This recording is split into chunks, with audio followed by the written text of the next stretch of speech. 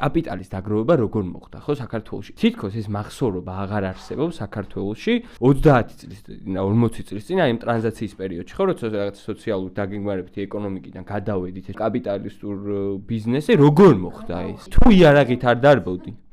თუ რაღაც ვიღაცის ბიძაშვილი არ იყავი და არ შედიოდი ქარხანაში და ეს ხო არ არის რაღაც მოგონილი ისტორიები დაჭრეს ქარხნები და გაყიდეს ვიღაცებმა მიითვისეს პირდაპირ ეროვნული ბანკიდან ტომრებით გაქონდათ ფული და სია არსებობდა ამის ის ცნობილი დღიური და ასე შემდეგ ეს დოვლათი გაინაწილეს რაღაც მომენტში რომ მიხვდნენ რომ ხალხს უბრალოდ ფული აღარ ქონდა ეს აქტიური დაკრედიტება დაიწყეს და მე ამ დაკრედიტებული ხალხის ბინების წართმევა ქონების ჩამორთვა აი ბოლომდე ნულზე დასმა ხო ეს კიდე უკეთესი იყო ვიღაცები მართლა ავტომატები დარბოდნენ რა ხაზარაძეს და სხვებს ძალიან წკინთ ხოლმე როცა ეძახიან